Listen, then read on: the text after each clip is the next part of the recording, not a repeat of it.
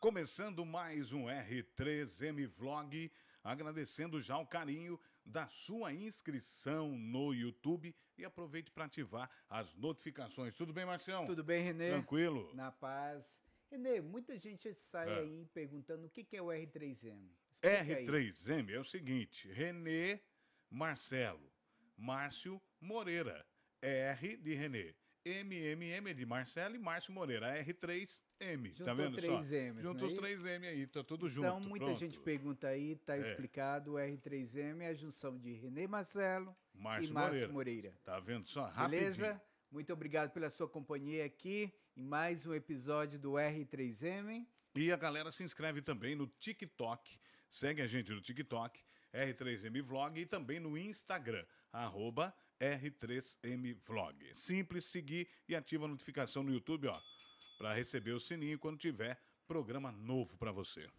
Exatamente. E, ó, seja bem-vindo ao R3M. Isso aí. Você já sabe que aqui você fica sabendo, conhecendo a trajetória daqueles profissionais que atuam e que já atuaram também na segurança pública do estado de Mato Grosso. A proposta desse canal é compartilhar a história desses heróis que atuam na segurança pública. E nosso convidado de hoje é um policial penal bastante atuante, que já fez história aqui no estado, 20 anos à frente do sistema penitenciário, atuante mesmo.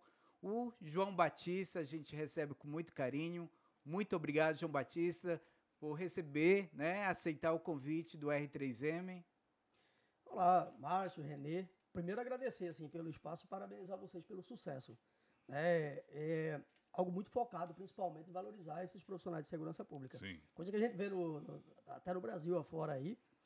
Você vê uma categoria que tem sido muito criminalizada, vive ali no fio da navalha, para cuidar da sociedade, e vocês vieram fazer um trabalho totalmente diferente, valorizando esses profissionais. Nós que agradecemos a sua participação. João, é o seguinte, velho. Primeira pergunta é a minha. Como é que a polícia surgiu na história do João? Olha, para contar essa história, Renê, eu preciso voltar um pouquinho mais vai lá. Em 97. Eu sou lá de Belém de São Francisco. Belém de São Francisco é um município do sertão de Pernambuco. Tá. Eu cheguei aqui, pernambucano. Sim. Quase vizinho da terra do Márcio, lá perto do Ceará. Então, eu cheguei aqui em setembro de 97 e tive vários trabalhos procurando serviço aqui. Trabalhei com auxiliar de serviços gerais, na construção civil, com vendedor na rua. E depois consegui um emprego como cobrador de ônibus. Fiquei 3 anos no transporte coletivo, como cobrador, depois conferente. Tive a oportunidade de fazer um concurso em 2003. Em 2004, eu fui chamado desse concurso. Em outubro de 2004, fui chamado. Tomei posse e fui mandado para o centro socioeducativo. Mas não tinha passado polícia na sua cabeça? Não. É até incrível que eu tenho uma história bem bacana para contar para vocês sobre essa questão de polícia. Se você pesquisar direitinho, a região de Belém de São Francisco, Salgueiro, Cabrobole, no sertão de Pernambuco, ele, na década de 90, era chamado de polígono da maconha. Tá. Isso era, naquela época lá, muita produção de maconha e tal. A gente vivia no meio de uma violência. Graças a Deus eu venho de uma família em que tanto meu pai, minha mãe, minha avó, meus tios, eram pessoas que sempre eram muito cuidadosos com os filhos, sobrinhos, tudo. A gente nunca acabou pendendo para esse lado. Mas eu vi muitos jovens, amigos meus, os que não tombaram ali pela mão da polícia em confronto, tombaram pela mão dos próprios amigos. Aqueles que entravam no crime e tinha disputa entre eles, a coisa que você vê acontecer aqui hoje. Sim. Essa disputa de facção. Sim. Então eu venho de uma cidade, de uma região muito violenta e que tinha essa coisa. Então naquela época, quem trabalhava a erradicação da maconha lá era principalmente a Polícia Federal. E era considerado. Eu cresci ouvindo que quando a Polícia Federal chegava nas roças, eu morei na roça, nasci, quase me criei boa parte da minha vida na roça, depois que fui para a cidade. E a gente, desde pequeno, já ouvia aquela coisa. A polícia chegar ali, não queria saber se era criança, se era mulher, seja lá o que for. Porque estava à procura de roças de maconha e qualquer um naquela época, diziam, né? Isso obviamente era a história que contava. Claro. Qualquer um que pegasse, eles iam fazer com que desse informação de onde tinha roça de maconha. Então eu cresci com pavor de polícia. Veja só. Pavor? Com pavor de polícia. A criança cresceu ouvindo aquelas coisas. Não, a polícia é truculenta, é violenta e tal. Violenta. Na minha juventude, surge na região, principalmente na minha cidade, lá as guerras de família. Disputa entre famílias. Sim. E acabou que alguns parentes meus entraram nessas guerras aí também, né? Depois de muitos anos que a gente foi saber que isso era disputa, na verdade, por terras para produção de maconha, essas coisas. Mas, graças a Deus, ali, meu pai nem era de Belém, era de Serra Talhada, terra do Lampião lá, muito trabalhador, homem sério, minha mãe da roça também, eram pessoas que não se envolviam com essas coisas. Então, nós fomos criados com outras maneiras, né? Mas crescemos com aquela coisa na cabeça. Depois veio essas guerras de família, né? E quando eu já estava ali com 22 anos, 23 anos, já casado, com filhos e tal, eu tinha uma padaria manual, e essa padaria eu precisava de maquinário, padaria muito pequena, de manchava ali 60 quilos de massa na mão, né? Sim. Um costo de cimento e tal. Eu tinha vontade de adquirir o material, os equipamentos para arrumar essa padaria. E aí minha família, não, vai, minha irmã já tinha morado aqui e tal, vai para Cuiabá, trabalha um tempo e tal, e eu vim para cá em 97. Então, ainda lá, quando eu vim de lá para cá, você ainda tinha aquela cisma com a polícia. Você via, viatura passava na rua, você falou, rapaz, eu tenho até um caso interessante, Renê, para te contar. Pois não. Eu fui cobrador de ônibus, e quando eu fui cobrador de ônibus, eu fui assaltado por diversas vezes. Por várias vezes, não satisfeito em assaltar o cobrador e o motorista ali, os criminosos atiravam no veículo, atiravam na direção do cobrador, na direção do motorista. Nós tivemos situação aqui, fiscal, motorista, foram mortos aqui, naquela época ali até 2000 e mais ou menos 2002, por aí, era muito violento, principalmente para o cobrador e motorista. Circulava o dinheiro, Circulava o dinheiro ainda. Hoje já não circula, né? então acabou essa... Isso. Aí implantaram um tal de um cofre ali na lateral com cadeado, Sim. porque quando levava o dinheiro, as empresas muitas vezes cobravam do cobrador, né? Tinha que pagar depois. E aí colocaram um cofre, era pior ainda, porque quando ele chegava, o cofre estava trancado com o dinheiro lá dentro, ameaçava, judiava dos cobradores. Aí eu comecei a passar raiva, a tomar raiva Você de chegou ladrão. a ser ameaçado? Várias vezes, ameaçado, atirado. Arma na cabeça? Atirado, arma na cabeça, atirado. Deus sempre foi muito generoso comigo. Uhum. Eu tenho uma situação, para você ter uma ideia. Cheguei, era meia-noite ali, do lado do terminal do CPA1, no bar do Abel, que tinha antigamente lá. Saí, fiz carro até às 11 horas da noite, fui no Cospó, fechei o caixa, voltei, morava na Avenida Brasil do CPA, desci ali, já tarde, muito assalto naquela época, né? Muito assalto. Era perigoso essa região do CPA. Aí fui lá no taxista lá, o cara me cobrou, tinha feito 3 diárias. A diária naquela época era R$10 por diária, tinha feito 3, tinha recebido. Eu fui lá no taxista, o taxista me cobrou, se não me engano, na época, cobrou R$10 para ir ali do CPA1, na Avenida Brasil do CPA2. Sim. Falei, cara, mas é muito dinheiro, pô. 3 dias e tal. Eu falei, não, foi assim, eu vou caminhando. E aí quando eu entrei numa rua, eu olhei e vim 2 caras de lá para cá. Quando eu vi, eu falei, é assalto. Quando eu vou voltando, olhei e já vi o outro na outra rua. Não corre não, vagabundo. Eles gostam de chamar trabalhador de vagabundo. Nunca vi desse jeito. Falei, rapaz, vou pulei o muro. Uhum. Pulei o muro da casa, pulei um segundo muro. Nem sabia se tinha cachorro. Não. Nessa hora, no medo. Na segunda casa que eu pulei, tinha um cachorro. Tava tudo escuro. Chovendo, tudo escuro. Só sei que quando eu pulei o muro um pouco alto, e eu vi o barulho do cachorro, que eu pulei, daqui a pouco eu acho que eu pisei na cabeça do cachorro. Pulei outro muro, bati na porta dos fundos, chamei o casal de idosos que morava lá. Chamei e falei, olha, chama a polícia e tal. Os caras estão tentando me assaltar aí e tal. Peguei o documento, o crachá, botei debaixo da janela. Demorou um pouquinho, chegou uma viatura, 2 policiais. Abriu a porta da cozinha, acendeu a luz, veio devagarzinho e falou, mão na cabeça, vem devagar. Falei, não, sou trabalhador, tentaram me assaltar. Como eu já fui assaltado várias vezes, fiquei com receio de, além de assaltar, queria atirar em mim. Aí o cara veio e tal, chegou um advogado que era vizinho e falou, não, isso aqui é invasão de domicílio. Essa história eu já conheço e tem que levar para a delegacia. E amanhã eu vou na delegacia ver se esse cara não está preso.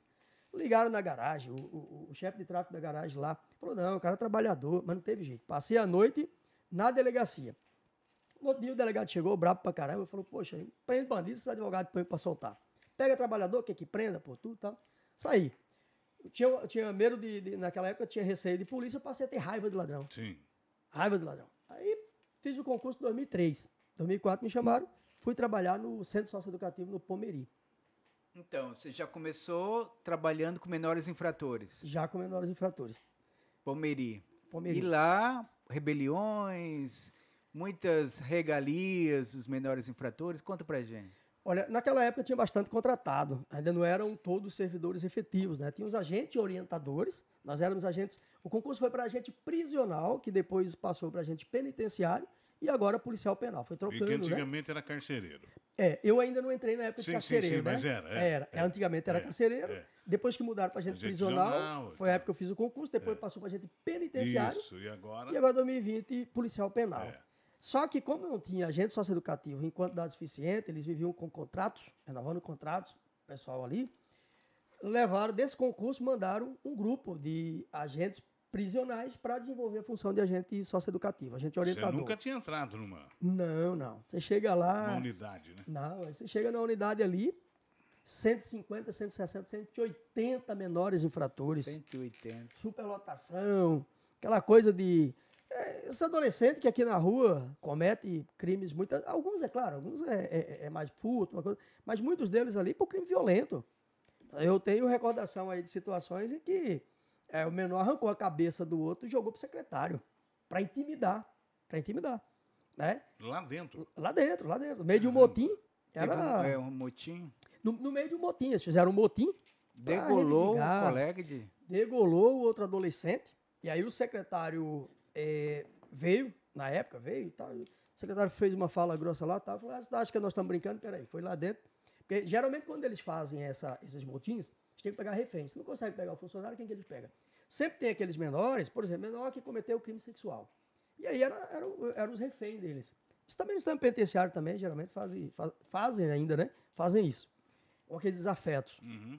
E aí foi lá, pegou, arrancou a cabeça do outro menor e jogou pro secretário. Falou aqui, ó. Aí foi aquela coisa, juíza para um canto, secretário Você pro presenciou outro, tudo isso? Nós tínhamos acabado de chegar, não estava no dia do nosso plantão. Mas houve essa situação, né?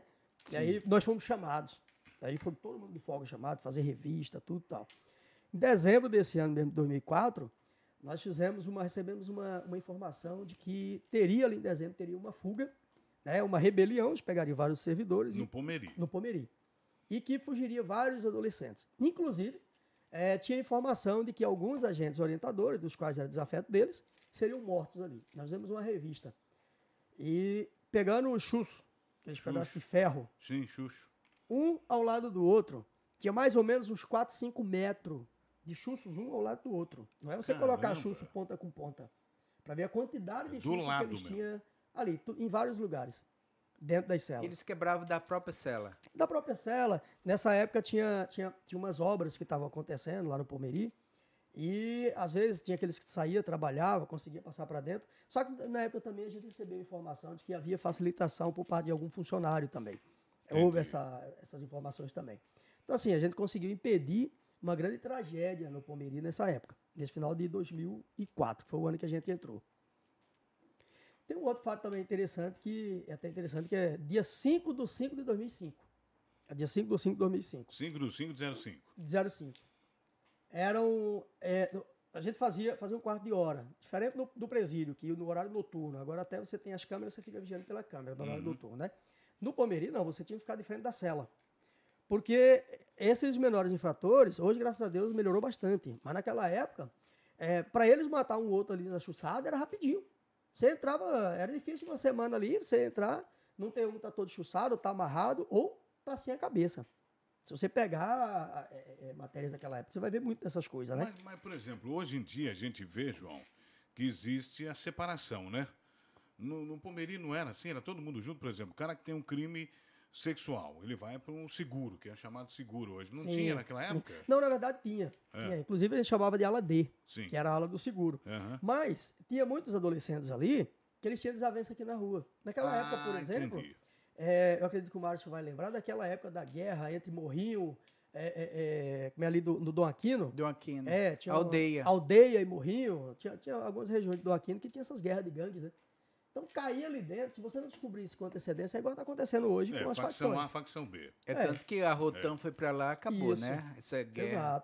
Exato. Mas era muito violento. Uhum. Então, era 3 horas da manhã, a gente dividia o quarto de hora para dar uma descansada no horário noturno.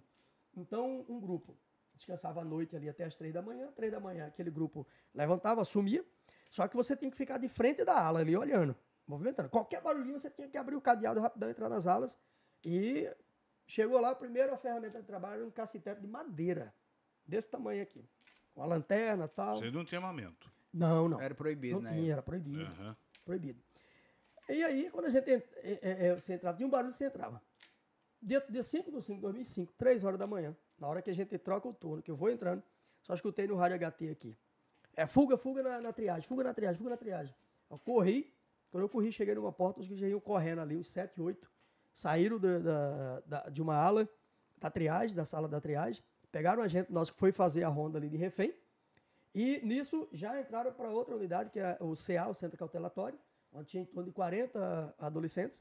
Fecharam as duas portas de acesso, que eram portas de aço. Fecharam as portas, quando a gente tentou, eles fecharam a outra, não conseguimos acessar.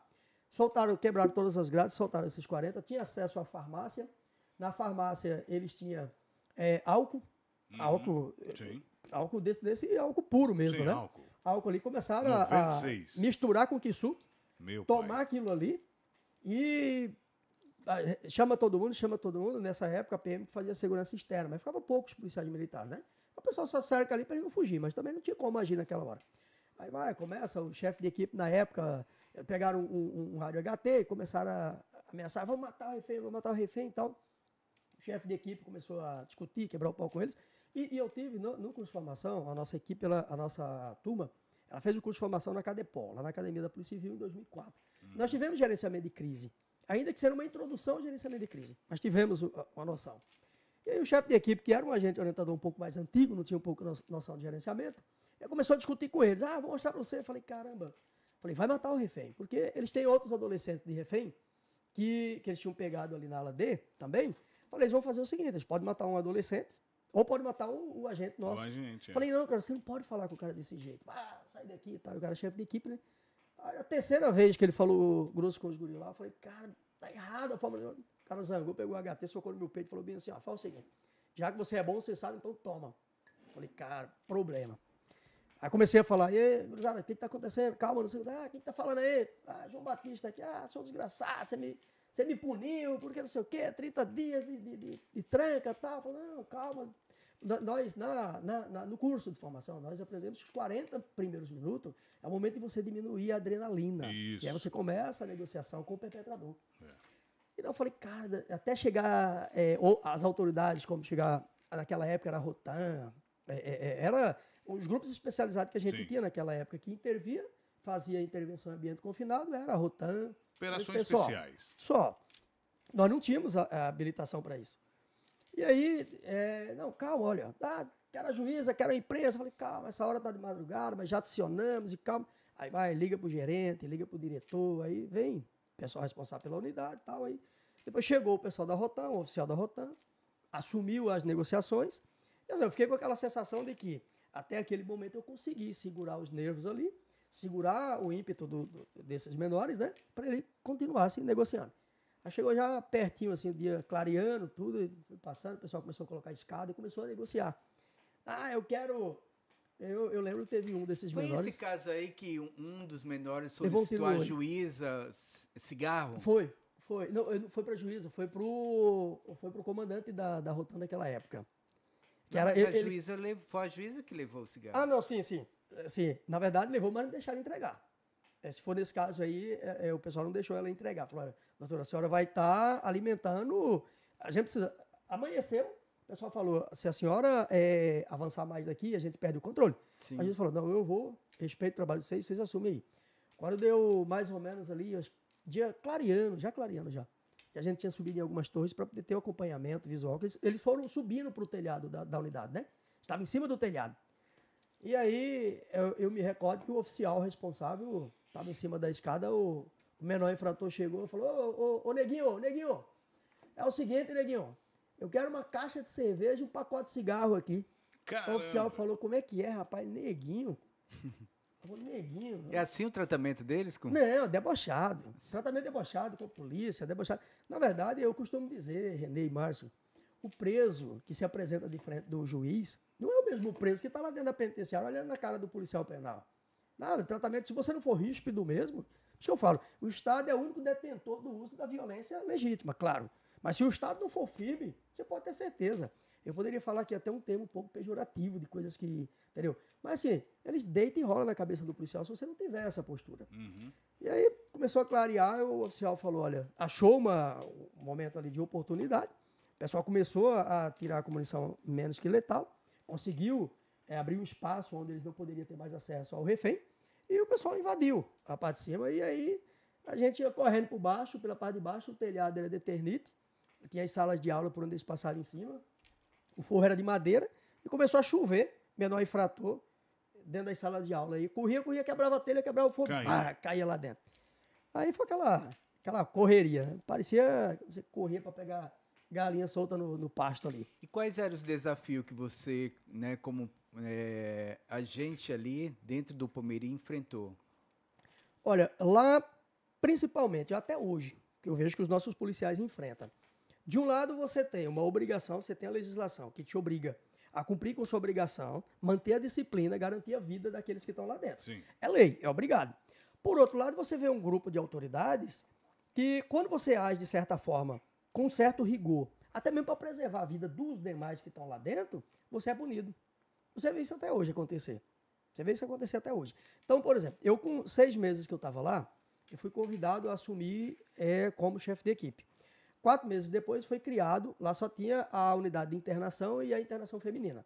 E aí foi criada a internação provisória, centro cautelatório, que é onde os menores infratores, que não são condenados, são internados, eles ficam no período de 45 dias, é como se fosse um preso provisório. Sim. O menor, ele Prisão é internado preventiva. provisoriamente. Uma prisão preventiva. Como se fosse 30 dias, tal. A LEP, ela diz que ele pode ficar até 45 Sim, dias, sim. que é o momento em que todas as autoridades fazem todo o procedimento e o juiz vai dizer se interna, aí manda para a internação definitiva, Ou que eles não. podem ficar lá no máximo até 3 anos, 3 anos. com relatórios trimestral, desde o relatório pode ser de 3 a 6 meses. A cada 3 meses, a cada 6 meses vai fazendo relatório. Só que é interessante, Márcio e Renê, que eu dificilmente eu vi um relatório, eu sei que psicólogo, e assistente social, eles têm suas prerrogativas, né? Tem a questão da profissão deles e tal. Mas dificilmente você vê um relatório para colocar. Você vê o menino bagunçou lá dentro, ameaçou o outro de morte. Você vê o relatório, tá lá. O adolescente em tela, encontra-se participativo, participa das atividades, respeitoso e tal. Muitas vezes eu tive, porque depois eu assumi como gerente da internação provisória. E eu tive alguns embates no início com a minha equipe técnica ali. Eu falava, mas você tem que respeitar que nós temos a nossa prerrogativa. Eu falei, eu não sei, mas ficou complicado, porque quando o juiz pegar o relatório, às vezes é um menor infrator que ele cometeu um homicídio. Eu via lá, durante o tempo que eu tive lá, na história do sócio educativo, só tinha 3 menores infratores que chegou a ficar 3 anos internado. Menores que cometeram crime bárbaro, mas ficava lá 1 ano e meio. Quando a imprensa, quando a mídia diminuía aquela cobrança, aquela pressão, aí, relatório, a juíza, para a rua. Então, assim, o que acontece? Mas por quê? Falta de vaga? Aí tinha que abrir outra vaga? Não, eu acredito isso aí, esses relatórios. Chega para a juíza lá que o menino tá... Muitas vezes o menino tá lá bagunçando. Mas esses relatórios era verídico dessa essa realidade lá dentro? Algumas vezes a gente questionava, porque assim, a equipe técnica que vai atender o menor, periodicamente ele tem que ir na equipe técnica, conversar, psicólogo, social, tudo tal, e ele vai fazer relatório e mandar para o juiz. Fala, não, ele está apto a ser reinserido. Né? E, tipo, tem que ouvir quem está no corredor falar bem assim, como que é o comportamento. É igual hoje, por exemplo. Hoje, para o preso ser colocado, claro, ele vai solicitar ali o direito à progressão de regime. Sim. E em algumas situações você tem que ter o atestado carcerário, não. Esqueci agora o nome do... Fazer um relatório para dizer como está o comportamento dele lá dentro. E muitas vezes, o que acontece? Não leva em consideração que ele desacatou o servidor, que ele ameaçou o servidor. Eu, particularmente, quando eu estive no sindicato, e quando eu fui para a PCE em 2007, final de 2007, eu fui trabalhar no Pascoal Ramos, e depois fui chefe de equipe lá, eu falava para os componentes da minha equipe, eu falava para eles, se o preso falar, eu conheço você da rua, registra boletim de ocorrência, porque isso é ameaça de morte. Ele está te ameaçando, veladamente está te ameaçando. Porque quando você não registrar o boletim de ocorrência, aí chega lá na frente, o preso não perde a oportunidade contra a polícia. Agora mesmo, para você ter uma ideia, a gente teve aí situações aqui em Mato Grosso, em que por diversas vezes, visitas aí, sendo realizadas aí por algumas autoridades, chega lá, o preso fala, olha, o cara usou de gás de pimenta contra nós aqui, o cara usou gás lacrimogêneo contra nós. Ah, não pode, vai, afasta. E afastaram vários policiais nossos. Caramba. Desmotiva o policial. Sim. Entendeu? E faz de forma preventiva, de forma compulsória. Aí sem abrir um procedimento, sem analisar. Aí o que acontece? O cara fica 1 ano, 2 anos. Nós tivemos situação em Água Boa, por exemplo, o servidor ficaram quase 5 anos afastado. Uma grande quantidade de policiais foram afastados, acusados. Sem receber. Não, eles ficam recebendo um salário. O Estado perde porque mas tinha que receber porque eles no final foram inocentados. Uhum. Tipo, não, eles agiram porque eles tinham que agir e manter a disciplina da unidade. Muitas vezes, eu no corredor de uma unidade, eu preciso utilizar de uma arma contra o indivíduo. Não letal? Ou não letal, ou letal se for necessária, porque se eu não fizer aquilo, aquele indivíduo vai tirar a vida de vários outros. Então, veja bem, não é uma coisa fácil para a gente tomar essas decisões. Você relata aí que trabalhou no Pomeri, né, com bastante violência, esses menores infratores, até de degolar, né, colegas. E aí você parte para a maior penitenciária do estado, que é a Penitenciária Central. Sim. É o antigo Pascoal Ramos, hoje na época que você trabalhava, né? Era Pascoal Ramos ainda, né? Isso. Qual que é a diferença que você viu, assim, no trabalho dessas duas unidades? Bom, lá tinha uma cobertura muito grande, por ser menores infratores, ele tinha um cuidado muito grande, a justiça, várias autoridades, tudo e tal. Pascoal Ramos já eram maiores, mas a disciplina um pouco mais rígida, naquela época quem fazia segurança eram os policiais militares, quando eu fui para lá já tinha os grupos de contenção, né? Mas na hora de você entrar para fazer destranca, você entrava sozinho. Então você entrava no raio 1, 2, 3, 4. Aí tinha o raio 5, que é onde ficava aqueles presos de alta periculosidade mesmo. Mas a maioria da população carcerária ficava nesses 4 raios. Cada raio desse tinha 380, 400 presos. Aí chegava no latão ali, via abria o latão, ele entrava, fechava o latão, ele abria uma outra cancela que dava acesso ao raio, ia fazendo a destranca. Então você ficava lá no meio, sozinho, no meio de 350, 380, 400 presos. E ali é você e a proteção de Deus. E você utilizar a sua capacidade de diálogo ali para você conduzir aquela massa carcerária. Mas de vez em quando você tem os enfrentamentos. E lá dentro você participou de motim? Várias. Graças a Deus nunca fui refém em nenhum deles. Já vimos colegas nossos ser refém. Também já tive oportunidade, em algumas situações também, de intermediar, né, em momentos em que colegas nossos estavam sofrendo, além de ameaça, também sendo vítima de motim ali. Eu consegui gerenciar, a gente consegui retirar o colega, a gente teve essas situações lá. Mas, assim, era um risco constante. Você saía de casa, eu estou de plantão amanhã, então hoje à noite a cabeça já estava daquele jeito. E aí, como vai ser a rotina amanhã? A gente passava o dia inteiro naquela tensão. Tá. Imaginem vocês, você acha que o camarada que está num bairro aqui, o cara é o terror do bairro. O cara comete assalto, o cara invade casa de família, o cara troca tiro com a polícia. E o cara vai preso, vai para dentro do Pascoal Ramos. Você acha que quando chega lá ele baixa a cabeça, põe a mão para trás, sim senhor, não senhor? De jeito nenhum. Principalmente, o ser humano ele tem essa necessidade do pertencimento, né? Sim. Quando ele está em grupo, ele se sente o cara. Então, é a turba, né? É a turba. A famosa turba. Quando você entrar no meio, meu amigo, 300 presos ali, os caras queriam deitar e rolar. Então você tinha que ter postura. E lá dentro você sofreu algum tipo de suborno? Tentativas, sim. Então, o que acontece? Naquela época, ainda era muito mais raro do que acontece hoje, por exemplo, que assim, hoje, essa coisa das facções criminosas fez com que esses presos tivessem um poder aquisitivo maior. Muito. Naquela época eram alguns grupos só. Mas eu era chefe de equipe. Eu tive uma situação, por exemplo, que entrou a gente falava latim chamados passarinho, que é aqueles presos que muitas vezes eles querem fazer algum movimento e tem um que não quer que faça. Motim, rebelião, fuga, tal, porque isso vai trazer problema para ele, já está tirando a cadeia dele e tal. E aí ele dá um toque pro polícia ali para falar, olha, os caras vão fazer tal, para a gente poder fazer uma revista ali, todo desarticular a tentativa deles.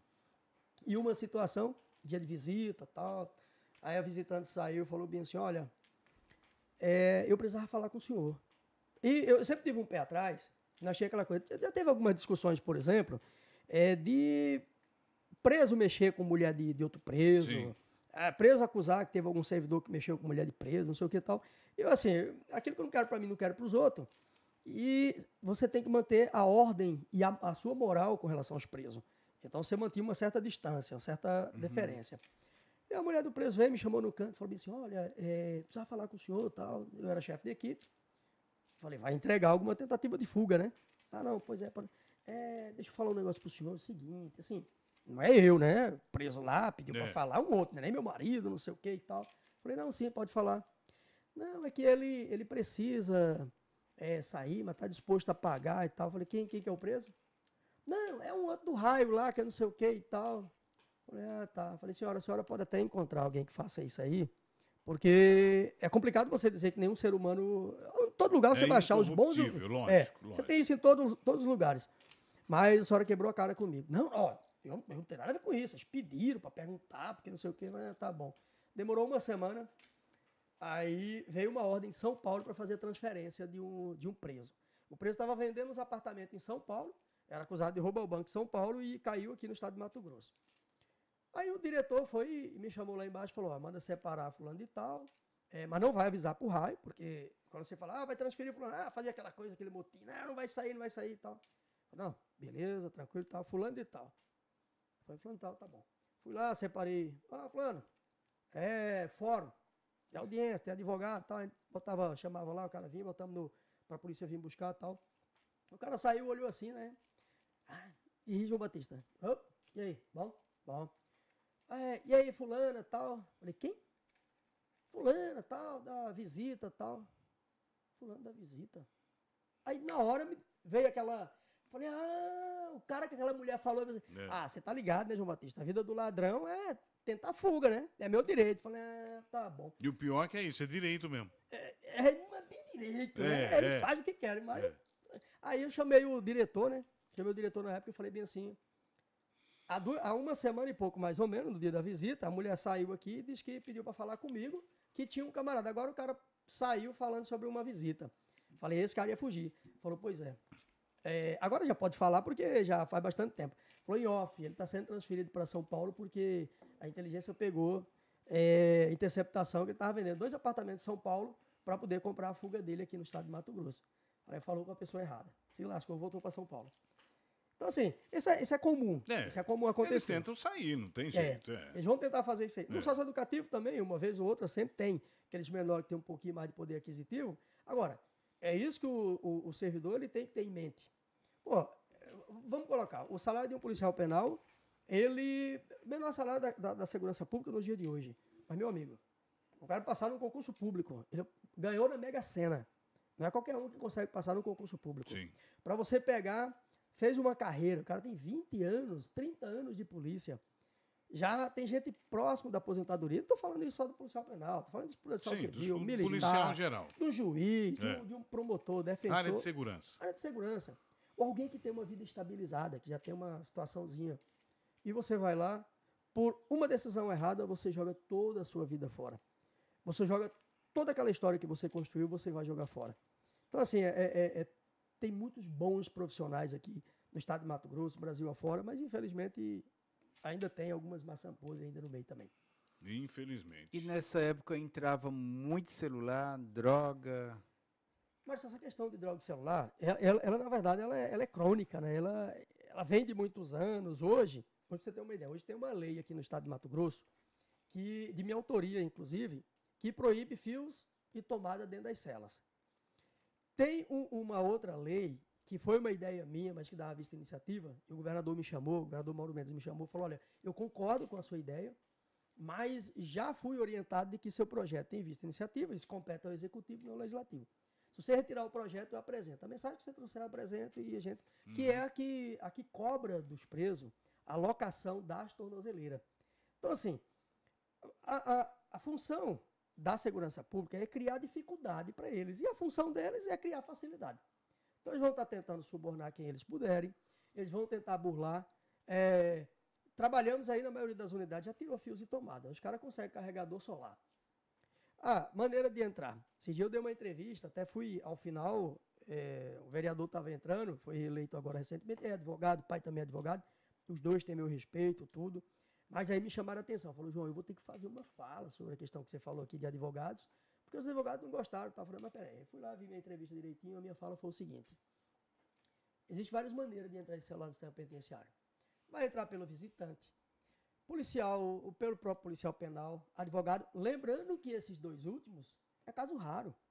É caso raro. Sim. E assim mesmo, nós tivemos um período muito bom, principalmente aqui nas penitenciárias de Cuiabá, onde a própria administração, junto com o corpo de servidores, fiscalizava os outros colegas. Tanto é que naquele período, nós tivemos um período que nós tivemos 5 policiais presos, dos 5, 3 foram presos pelos próprios policiais penais que estavam fiscalizando. Pegou, prendeu e entregou. Então, assim... Cortou na carne. Cortou na carne. E nós fizemos esse discurso, inclusive, Henrique. Nós criamos o Sindicato de Servidor Penitenciário em 2000, foi fundado oficialmente em 2010. Mas iniciamos o trabalho em 2008, foi um ano e pouco aí de trabalho. E o maior discurso que a gente fazia era exatamente isso. A gente precisa cortar na carne para mostrar para a sociedade que nós não admitimos os desvios dentro do sistema penitenciário. Isso foi acontecendo. Mas se você pegar direitinho dias de visita, você vai ver invólucros que peço desculpa para as mulheres de estarem ouvindo sobre isso, Não. mas você pega invólucro que a mulher tá levando intracorpo dessa largura, desse tamanho. Sim, claro. Então, assim, pessoas que se rebaixam a esse nível, algumas obrigadas, ali pressionadas, coagidas, outras não, porque estão ganhando para isso, né? Porque ganha mesmo, vive do crime. Então, existem várias maneiras de entrar. Uma coisa eu posso falar para você, nós trabalhamos e trabalhamos muito. Quando eu fui chefe de equipe do Pascoal Ramos, por exemplo, era difícil um plantão para a gente não fazer revista em 1, 2 raios. Unidade móvel, que naquela época era uma unidade que tinha um grupo diferenciado ali de preso, alguns que corriam risco lá dentro, alguns que eram presos que saíam para trabalhar durante o dia, e era módulo, como se fosse aqueles containers de caminhão, né? A estrutura daquele tipo. E aí tinha um espaço embaixo ali, suspenso, era difícil você fazer revista no lugar daquele. Então a gente tinha um maior trabalho, tinha dias que às 3 horas da madrugada a gente estava deitado debaixo daquela lama, passando lanterna, e não tinha tecnologia adequada. Sim. Hoje você tem aquelas câmerazinhas pequenas que você vai colocando em tudo quanto é lugar. Naquela época a gente não tinha todo esse dispositivo eletrônico, todos esses equipamentos. Mas eu costumo dizer que nós tínhamos alguns policiais penais que ainda tem, está no quadro ainda, que pareciam verdadeiros cães farejadores. A alegria daqueles policiais era chegar ao final do plantão, entrega uma sacola de celulares e drogas apreendidas e falar bem assim, hoje eu produzi bastante, porque eu tirei esses equipamentos que eles iam utilizar para decretar a morte de gente aqui fora, para comandar o crime aqui fora, entendeu? Para comandar o tráfico de droga aqui fora. Então a satisfação dos nossos policiais era exatamente isso. João Batista, você já teve um embate, inclusive, com o juiz, né? Já. Nós tivemos, logo no início da criação do sindicato, principalmente, nós discutimos com o governo no início da criação e falamos o seguinte, o trabalho que a Polícia Militar faz, com todo respeito à nossa gloriosa Polícia Militar, e foram os nossos percussores, foram os primeiros a nos qualificar para a atividade armada, mas a gente falou, se qualificar o policial penal, ele vai assumir a função armada. Já tem estado funcionando. E a gente começou alguns embates. Só que, infelizmente, algumas autoridades não compreendiam. E tinha um preconceito muito grande com os nossos servidores. Nós tivemos um caso em Vila Rica, por exemplo, que lá o juiz, que foi oficial da Polícia Militar, inclusive no estado de São Paulo, veio para cá, passou no concurso, tudo, e era juiz corregedor da unidade. A unidade de Vila Rica não tinha muro, era uma casa que a cela virada lá, 2 servidores por plantão, o servidor tinha que ficar igual um louco, ou atendia aqui dentro, ou ficava na rua olhando se o cara não estava entregando celular, faca, revólver, droga lá pro preso. E aí, o pessoal começou a fazer foi convocado uma nova turma, um concurso novo, aumentou um pouco o efetivo, e o diretor assumiu o diretor lá, e o pessoal falou, não, tá errado, faz revista aqui, uma hora dessa o cara tá com a arma aqui, dá um tiro em nós, preso lá dentro. E aí começou a fazer umas revistas mais rígidas, e os presos começaram a reclamar com o juiz. E houve uma situação pessoal também, a discussão do juiz com o diretor e tudo, tal, uma situação pessoal deles lá. Eu sei que num belo dia, estava tendo essa rusga lá, e a gente entrou em contato, vamos fazer uma reunião, vamos discutir isso aqui. Mandei o advogado nosso daqui, falei, doutor, o senhor vai lá, participa da reunião, tudo.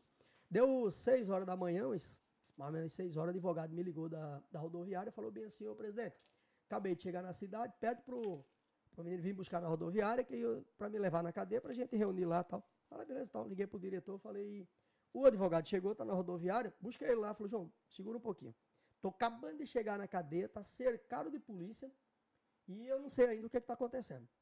O cara chegou lá, pegou, viu tudo que está acontecendo, ligou de volta. Falou o negócio seguinte, o juiz determinou, foi lá, na verdade o juiz manipulou um pouco a cabeça do defensor da época, promotor, até a promotora da época, a promotora ficou meio assim, porque a promotora solicitou, com base no que foi falado, solicitou a busca e apreensão, porque os presos falavam que os nossos agentes estavam com arma. Só que eles já estavam em lei, autorizados a usar arma, mas eles teriam que ser qualificados ainda, né? E eles estavam fazendo o curso de qualificação, fazendo o curso de tiro. Sim. E durante o curso, e isso é prática comum, muitas vezes sobra munição de treino, até munição de fuzil mesmo, ele treina bastante. Sobrou. Aí um leva como souvenir, o outro, sobrou 5 munição, beleza, vou guardar, vou levar tal. E na hora das investigações, o juiz pegou polícia militar e civil de 3 municípios da região lá, praticamente os policiais quase todos incomunicáveis para poder não deixar vazar a operação, fizeram uma operação na cidade como se estivesse pegando uma quadrilha de criminosos. Foram na casa dos policiais penais, foram na cadeia, lá onde os policiais... E tá na casa de um, pegou um revólver, que realmente ainda não estava autorizado ele a registrar ainda, porque a gente tinha acabado de ganhar o direito, mas tinha que fazer a qualificação. Munição de treino na casa de outros. Lá na casa de um achou uma munição de fuzil. A munição de uso restrito. Olha, Renê e Márcio, bateu um sentimento de revolta tão grande assim.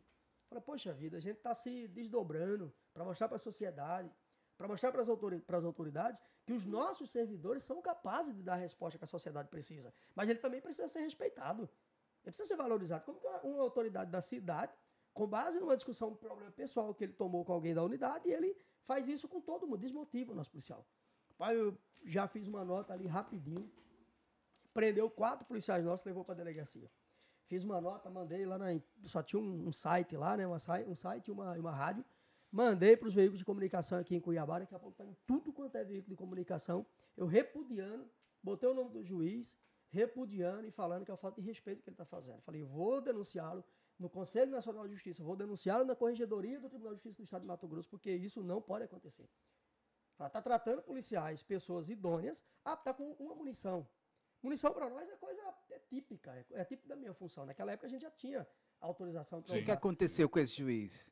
O que aconteceu é que, aí dessa época, desse dia, aí ele viu que não ia ter respaldo, acabou recuando, arbitrou a fiança de um salário mínimo para liberar 3, e quando foi o último, por causa dessa munição, não queria liberar, a gente acionou mesmo de autoridade aqui, liberou o nosso pessoal, tá bom.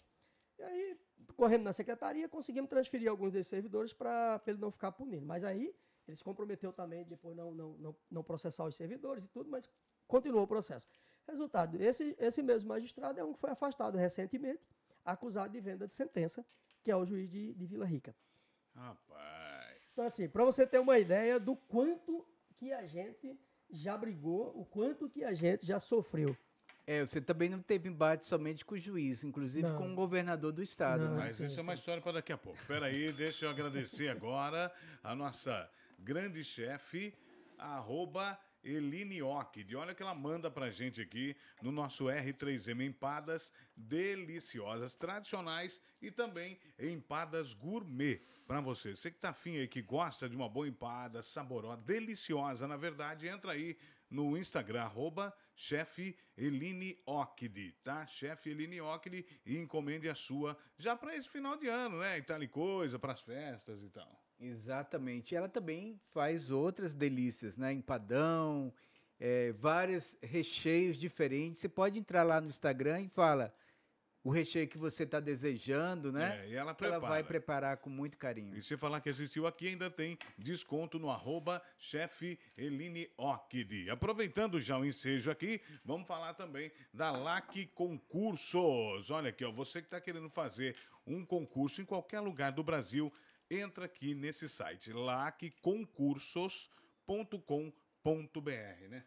Exatamente. A LAC Concurso, ela tem um diferencial muito grande, que ela tem um profissional, personal coach, que acompanha você para te estimular nos estudos, acompanhar, te orientar, ó, vai por essa linha que você vai conseguir o objetivo, que é a aprovação. Esse é o diferencial da LAC Concursos, que com certeza, entra agora mesmo, faça sua inscrição e você terá um bom resultado na sua aprovação. Concursos de todo o país, né, René? Todo o país, não é só Mato Todo Grosso, o país. não. Abriu um edital aí, abriu o edital, se inscreve, a LAC Concurso tem um curso preparado para você se preparar para esse concurso. Aí, lacconcursos.com.br. Bom, vamos lá então para o embate aí Batista, com o governador. Então, como que foi? Você falou do embate com o juiz, né, que acabou ele sendo cassado, né? Mas também teve com o governo aqui também de Mato Grosso. Como que se deu isso? O sindicalismo naquela ali de 2010 até mais ou menos 2018 foi um sindicalismo até de resultado, né? Sim. O movimento sindical conseguiu alguns avanços. Criando o sindicato, a gente começou a criar um plano estratégico para a evolução do sistema penitenciário, do servidor penitenciário aqui no estado de Mato Grosso. Nós tivemos alguns embates, desde a época do Silval, grandes embates, mas tivemos avanços também, depois tudo resultou em alguns avanços. Mas, por exemplo, no governo Táxi ali até 2016 mesmo, em 2016 nós tivemos grandes lutas, né, e também grandes brigas. Tinha um grupo vamos dizer, da gestão do governador Pedro Táxi naquela época, não era muito afeto a sindicatos também, né? Legal, o Estado estava com quebrado, limite da lei de responsabilidade fiscal superada e tal, e também não dava atenção, pelo menos discutir com os servidores. E aí nós tivemos aí algumas situações de manifestação, nós tivemos uma greve mesmo, foi uma greve coletiva aqui no estado em 2016, foram 44 dias. E durante esse período nós passamos por alguns perrengues, né? A equipe do governador Pedro Táxi, Procuradoria-Geral, secretarias, pediram ali afastamento de alguns... Foi pedido o meu afastamento do sindicato, foi pedido a minha prisão por 2 vezes.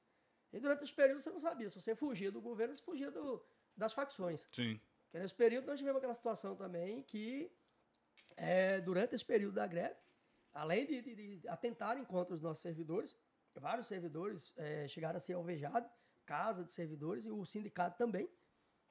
Eu tive que ficar meio que um período um pouco fugido também, porque além do governo ter pedido a minha prisão, graças a Deus o judiciário viu que não tinha necessidade, né, que era uma luta de classe, algo natural ali, mas o governo pediu e, ao mesmo tempo, tinha aquela coisa dos criminosos, das facções, tentando... Que atacaram, né? Atacaram. Casas e carro, né? Casas e carros. Teve a situação de alguns ônibus que tocaram fogo. Tem a casa de um colega nosso, pra você ter uma ideia, eu morava no condomínio aqui no 1º de março, eram as 8 horas da noite. Eu entrei num grupo de WhatsApp lá e olhei e vi um áudio de um colega nosso, 2 policiais penais que moravam um ao lado do outro. O policial penal pedindo apoio. Falou, pessoal, apoio aqui e tal. Tiraram da casa do meu compadre e tal. Foi nesse período que teve a morte de um policial? A morte do policial foi 2 anos antes. Período também de greve, né? Também período de greve. Que foi o Aldo Halik, o Bradock. Mas eu vou falar isso e vou voltar, Márcio. Sim. Então, nesse daí, na hora, era próximo ali onde eu morava, rapidamente peguei meu carro, né? Dirigi pra lá. Meu filho, eu tenho um filho que é policial também, liguei pro meu filho. Falei, olha... É policial penal também? Policial não. Militar. Militar. Ele morava ali próximo também. Tá. Eu falei pra ele, tô indo na casa do colega lá, os caras atentaram contra ele, tudo, tô indo lá. Aí quando cheguei lá, já tinha bastante viatura, polícia militar, civil já tava, inclusive já tinha chegado até a perícia, tava. Aí o pessoal analisou e falou, isso aqui é munição de 9mm. 9mm. Eu falei, tem os passarinhos, né? Esses passarinhos você tem nos bairros aqui fora, entendeu? Você tem a penitenciária, tem o pessoal que levanta informação. E a gente começou a levantar, falou, aqui na região só tem 2 camaradas que usam esse tipo anda mostrando essas armas. E naquela época, o diretor da penitenciária central, o pessoal já estava num processo de arroxo mesmo, as facções aqui. A penitenciária central estava totalmente sob controle dos policiais penais. E o diretor que estava lá na época, inclusive ele estava praticamente morando no sindicato. Só que tinha um grupo de policiais penais também do interior que vinha fazer segurança para ele, fazer escolta para ele, porque ele estava ameaçado de morte. E aí esse pessoal foi lá também, chegaram e tal. Aí eu falei, olha, eu consegui levantar e tem dois camaradas aí. E, inclusive o pessoal falou, possível boca, tal, vou levantar umas informações, vou lá no bairro e tal. Aí ele falou, eu vou também. Eu falei, não. Tinha vários policiais penais, nós estavam fardados, colete, fuzil. Tá doido. E eu falei, olha, eu vou a paisana. Aí você vai com esse monte de gente aí, só vai... Não, vai sozinho, vai eu e você. Eu falei, então tá bom, dispensa o pessoal da segurança. Aí dispensou o pessoal da escolta dele lá, tal, foi nós 2. Deu uma volta em 2 bairros, tentando localizar aquelas bocas. Não era 9 horas da noite. Você não via uma alma na rua. Uhum. Ninguém na rua. Aquele atentado, eles passaram, já sabia, falava, olha, o pessoal tentou lá pegar um policial penal, não conseguiu, então pode ser que a segurança pública faça aí barreiras aí, blitz aí. Escondeu todo mundo. Aí eu falei pro pessoal, olha, fica esperto, porque eles já tinham mandado muitas ameaças, tinha ameaçado tudo. Já tinha trocado tiro com outros 2 colegas nossos também. Inclusive, teve um caso de vinha chegando numa casa, e aí quando ele chegou com a moto, na hora que ele parou, 2 caras de moto, na hora já foram descendo e atirando. E aí ele pegou, se jogou atrás da moto dele, atirou, o outro veio, baleado, caiu em cima dele, segurou o outro aqui, baleou, o outro fugiu. Morreu um e o outro fugiu. E na Vazia Grande, aí nesse período mesmo, o outro colega nosso saiu para levar a esposa no trabalho. Quando saiu de casa, 2 caras vieram atrás do poste e começou a atirar contra ele. Aí, por sorte, ele jogou a mulher para dentro do muro lá que estava aberto e começou a atirar nos caras, baleou um, o outro foi embora. E aí, eu falei para eles, olha, tem que ficar esperto porque eles vão atentar contra o sindicato. Sim. Eles vão tentar lá. Aí o pessoal, será? Não, vamos fazer uma escala. Deixa com nós. Tá bom. Fizeram a escala da segurança, tudo. Tem um espaço lá, tinha câmera, monitor, tudo, ficaram cuidando. Deu ali por volta de 6 horas da manhã, o pessoal falou, não vieram, não vem mais, né? Tanto que você vê nas imagens das câmeras de segurança, por exemplo, tinha servidor nosso que saiu dentro do alojamento, com o fuzil em punho, mas até sem camisa, que já tinha até deitado. Os caras roubaram um carro, colocaram luva, touca, tudo, passaram em frente do sindicato. Não sei se eles imaginavam que ia ter alguém ali na frente, só que acho que o cara estava tão apavorado que do jeito que ele passou, Metralhou. Metralhou e correu. Só que quando o pessoal percebeu, muito rápido, não deu tempo ali, várias ruas, tá, fizeram ronda para todo quanto é lado, não encontraram. Depois, já mais tarde, encontraram o carro já queimado, era um carro roubado, Sim. usaram só para isso e tudo tal. Então assim, mas essa do Aldo Halick, Braddock. do Braddock, ele foi 2 anos antes, no meio de uma greve nossa. Foi algo que deu uma comoção muito grande, né, que a gente ficava naquela. Foi realmente um assalto? Foi um assalto que aconteceu ou foi uma retaliação? Eu estava fazendo um serviço de segurança ali, de uma empresa de um carro de bebida, tudo. Sim. E aí parece que ele acabou que deu muita bobeira também, né? Sentou, os caras já fazia tempo que esses caras estavam monitorando ele. E aí ele acabou se distraindo, o cara puxou, tomou um 357 que estava com ele e atirou nele ali. Cara. Deu muita comoção. Ô, João ali também, Batista, tem muitos colegas aí do sistema penitenciário. A gente sabe que a pressão ali dentro não é pequena, uma né? panela de pressão, né? Exatamente. Pressão. Tem muitas pessoas ali doente mental. Tem. Nós temos dados ali, Márcio, de que tem período ali, durante o ano, nós temos aí pelo menos 30% do nosso quadro pega algum tipo de afastamento. 30%. 30%. Nós temos um estudo de um psiquiatra de São Paulo que aponta que a carreira de policial penal, antes carcereiro, né, desde a época de carcereiro, agente prisional, penitenciário, mas essa é uma carreira, ela é considerada a segunda mais estressante do mundo. Você, desde o momento em que você entra do portão para dentro, aliás, você tomou posse no concurso, você já não tem uma vida normal como o outro qualquer. A vida do policial é exatamente isso. Porque você vai se colocar diante de pessoas que não respeitam a lei dos homens, as regras sociais, não respeita nem a lei de Deus. Nem a lei de Deus, eu ia dizer. Exatamente. Então, se o cara ele não respeita a Deus, ele vai ter amor à vida do próximo. De jeito nenhum. Então, assim, você tem uma vida de que você não pode, muitas vezes, morar em qualquer lugar e dormir tranquilo. Até para dormir, dependendo do lugar que você mora, você dorme atento. Esse não seria um grande problema? É um dos grandes problemas. Porque os policiais, a maioria, moram em periferias, moram até ao lado do sim, crime, sim. pô. Sim, esse é um dos grandes problemas. É. Né? Você vê que já tem alguns estados que eles constroem as vilas da segurança pública. Sim. Aqui no estado de Mato Grosso, o governador Mauro Mendes, ele já autorizou que a polícia militar em alguns municípios já construíram algumas casas voltadas para esses policiais. Mas ele tem que ser ampliado, ele tem que ser policial militar, policial penal, policial civil, né? O pessoal do socioeducativo, o agente socioeducativo, o pessoal do Politécnico. As forças de segurança do estado de Mato Grosso estão mudando. Não é mais aqueles presos pé de chinelo. Sim. Você agora tem uma organização criminosa. Você vê que eles estão assumindo a função do Estado em vários lugares.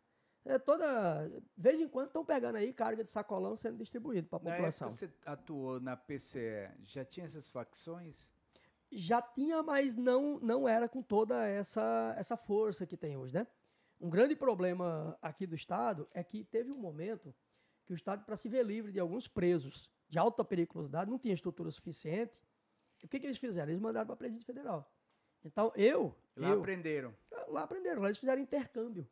Pegaram presos de facção criminosa, os caras fizeram negócios ali, né? Quando voltaram para o Estado, eles trouxeram, era preso que tinha um certo grau de liderança, né? E eles buscaram apoio financeiro. Fizeram faculdade do Fizeram crime. faculdade. E aí o Estado vem se transformando Você nisso acha que a que gente isso tá que vendo. foi o Eu acho que foi o crescimento? percursor. Foi, Eu acho que foi o percursor da evolução das facções no Estado de Mato Grosso. Essa transferência. Eu acredito que esse foi um dos passos. Rapaz, é muita coisa pra gente falar aqui, João Exatamente. Batista. Agora, quero fazer uma pergunta que eu acho que quem está em casa é curioso. Você que esteve lá dentro, nos corredores, né, da PCE, Penitenciária Central do Estado. Existe mesmo aquele negócio de respeito dentro da cadeia entre eles, com os mais antigões e tal e coisa? Tem isso ainda ou não tem mais? Não, isso é balela. Existe aquele negócio de que respeita a mulher do outro, respeita não sei o quê. Não, dá na bagunça. eles querem criar um estereótipo de pessoa, não, respeito, não, porque a mãe e tal, mas lá entre eles tudo é uma bagunça.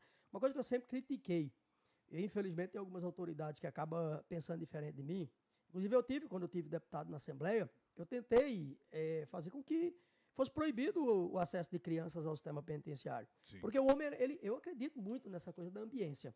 O homem é produto do meio. Se você, mesmo que você tenha um bom caráter, mas se você começa assim, a andar ali com pessoas erradas, você vai começar a achar que aquilo é coisa certa. Então você tem que escolher com quem você anda. Você pega uma criança desde pequeno, o pai já está no crime. E aí você leva a criança para ir para visita, ver aquele mundo ali, ele vai crescer achando que aquilo é um lugar É uma coisa normal. Normal. Então, ali dentro você vai, dia de visita. Eu falei para vocês que um raio lá com 300, 400 presos, naquela época nem estrutura de direito tinha. Aí eles pegam aquele monte de cela, aquelas camas de cimento, põe o que eles chamam de quieto, põe aquele lençol que é para tampar. Ali está o cara tendo relação sexual com a mulher dele, mulher entre aspas, que muitas vezes nem é mesmo mulher dele, mas faz uma declaração de união estável. Sim. E aí é aceito aí é aceito, o cara vai e tá lá. Crianças correndo no corredor, jogando bola, e o cara tá lá dentro, mordendo o pescoço da mulher, e muitas vezes a criança corre ali dentro da cela sem querer, tá vendo, né? Tem isso? Na verdade é o seguinte, eu sempre falei, sistema penitenciário é promíscuo.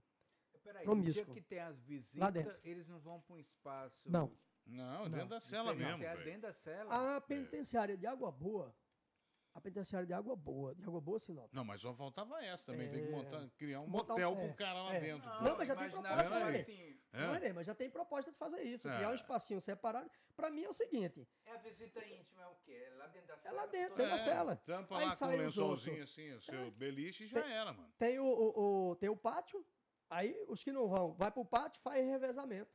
Quem vai, entra, aí terminou, o cara sai, vai o outro e tal. Primeiro, eu penso o seguinte...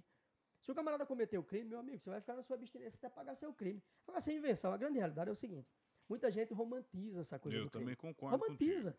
Aí fala o seguinte, não, mas o convívio com a família ajuda na ressocialização. Veja bem, sabe o que ajuda na ressocialização? Eu acredito muito na questão, na pedagogia. É pedagógico você falar, meu filho, você cometeu um crime, você vai ficar lá no seco. Você vai ficar lá afastado. Agora você dá... O cara tem lá, agora tem algo que eu sou contra, mas a justiça que aceita, remissão pela leitura. O cara vai pegar um livro e tal, tá bom, ajuda a colocar, mas não vai ser aqueles livros que ele lê ali que vai mudar a vida dele.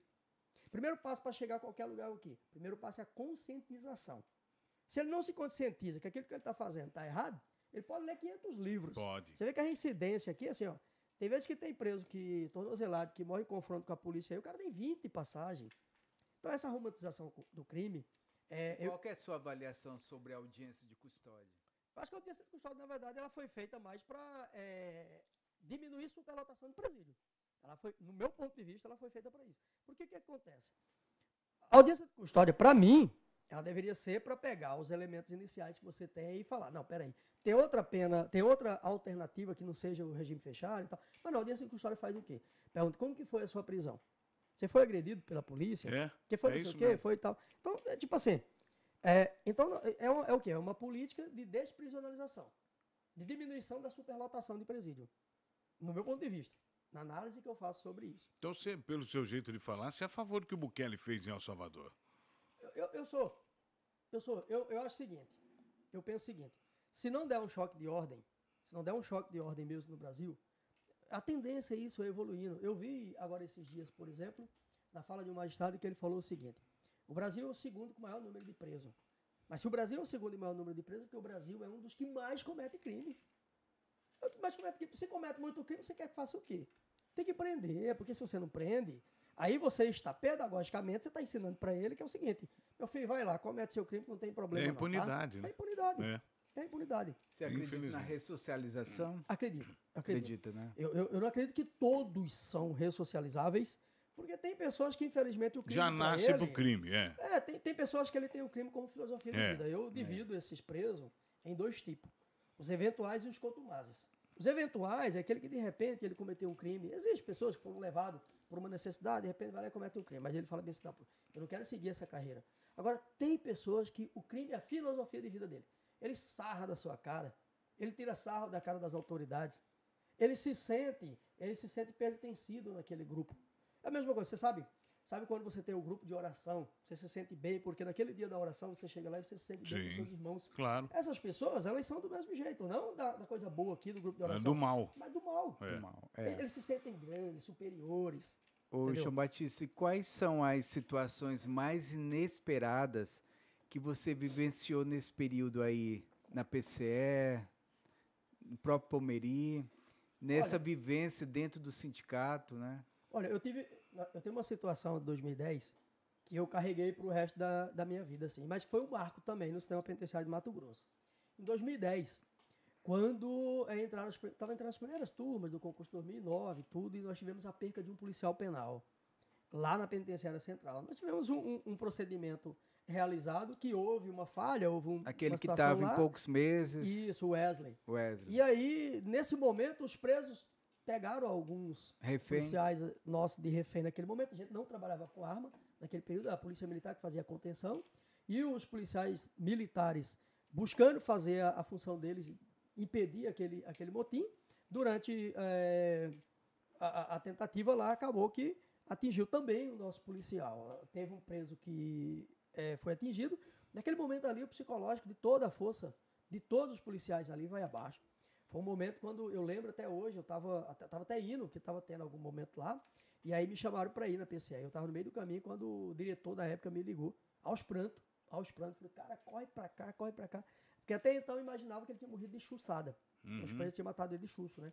E aí vem para cá, mataram o agente aqui, como se fosse porco, vim aqui e tal. Cheguei lá, todo mundo abalado. Naquele momento, eu olhei aquela monte de viatura, o promotor estava lá, olha, juiz, estava tudo quanto é autoridade. Os nossos policiais, muitos aos prantos, alguns assim, psicologicamente, e o pessoal, não, mas tem que segurar, os presos tudo na tranca. O pessoal falou, e as autoridades falaram, tem que abrir e fazer, os presos estão quebrando tudo lá dentro, tem que entrar e tirar os presos. E aí os servidores nossos falavam, não vamos entrar. Não, tem que entrar, tem que fazer revista, estão quebrando a cadeia. Eu acho que foi uma das decisões assim, mais sérias que eu tomei na minha vida. Porque naquele momento a gente tinha uma opção. Ou a gente entrava e fazia revista, ou ia deixar eles iam quebrar toda a cadeia, e quando os nossos servidores entrassem para fazer as trancas novamente, o risco era maior, poderia morrer mais servidores. E naquele momento eu tentei demover os servidores do plantão, tinha vários policiais penais que tinham chegado na época junto, tudo. O pessoal falou, não, nós não vamos abrir. Eu falei, a gente precisa abrir. Tinha alguns mais antigos que falavam bem assim, eu não quero nem saber, pode me transferir, e os novatos que estavam ali, que estavam no estágio probatório. Falei, se eles não entrar, o estádio pode punir eles e mandar embora. E falei, se a gente não entrar e não fizer a revista, não botar esses presos na quadra, não enquadrar eles vão quebrar essa cadeia e vai trazer risco para a segurança de todo mundo aqui. Aí eu olhei pro pessoal e falei, arruma uma camisa, a gente trabalhava de camisa preta, assim e tal. Eu falei, arruma uma camisa preta. Aí uma colega trouxe uma camisa preta, peguei um molho de chave.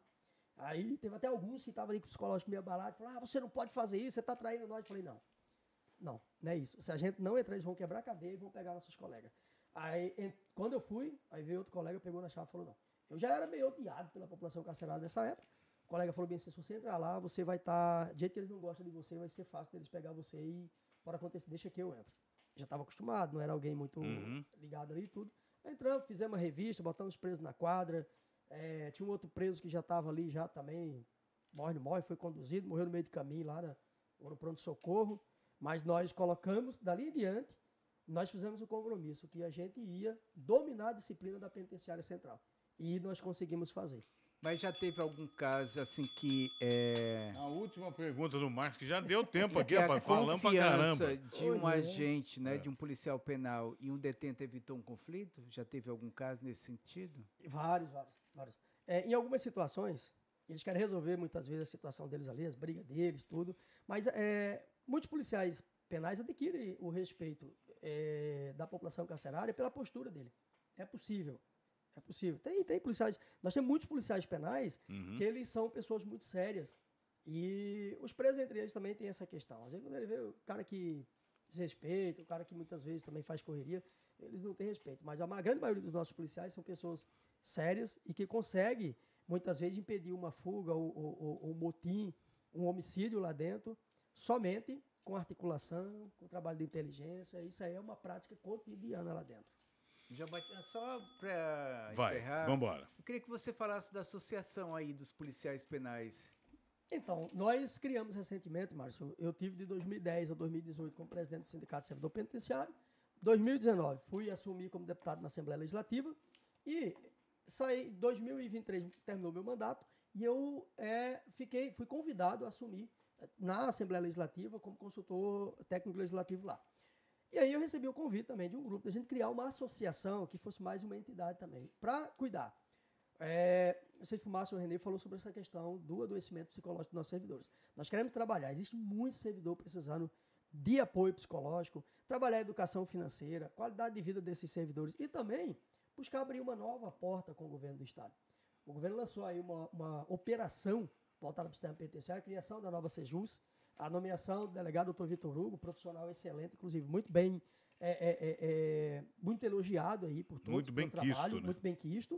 E a gente entende que o nosso policial penal, os bons policiais penais, não pode ser responsabilizado pelo que está acontecendo no sistema hoje, né? Sim. Nós queremos contribuir, a associação ela vem também para contribuir.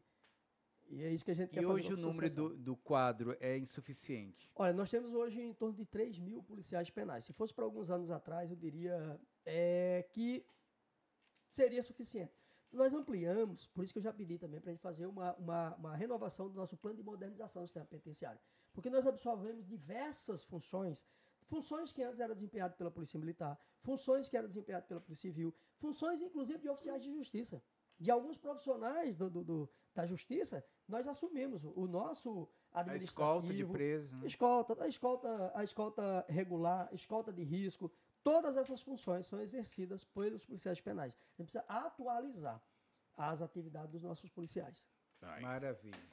Obrigado, então, pela participação. João Batista, muito João obrigado. Batista, ó, tempo compartilhar esgotado. aí toda essa vivência, né, do sistema penitenciário. Com certeza você aí em casa não conhecia. E aperta aí, dá um like, compartilha essa história para que outras pessoas conheçam a história desse policial penal, 20 anos de carreira, João Batista. E volte mais vezes aqui ao R3M, será sempre bem-vindo. Agora deixa ter um recado aí para aqueles que estão assistindo o R3M. Bom, então, primeiro quero agradecer a população do estado de Mato Grosso. Mas são 27 anos aqui no estado de Mato Grosso, fiz a minha história, como eu falei, cheguei na rodoviária de Cuiabá, com 2 sacolinhas daquela do antigo modelo ali, né, com roupinha, calçado, e hoje fiz uma história. Não fiquei rico nesse estado porque não era meu propósito, mas é poder ser exemplo, principalmente, ser exemplo para muitos jovens que tem aí, para eles saberem que um dia eles podem partir de onde ele estiver e ele chegar a ser um empresário, ser um advogado, ser um apresentador de televisão, jornalista, ser um policial, basta ele acreditar. Verdade. Eu gosto muito de trabalhar, principalmente motivando os nossos jovens. Aí. Obrigado, então. Obrigado a você. Obrigado, até a próxima. O próximo episódio. Tchau, tchau.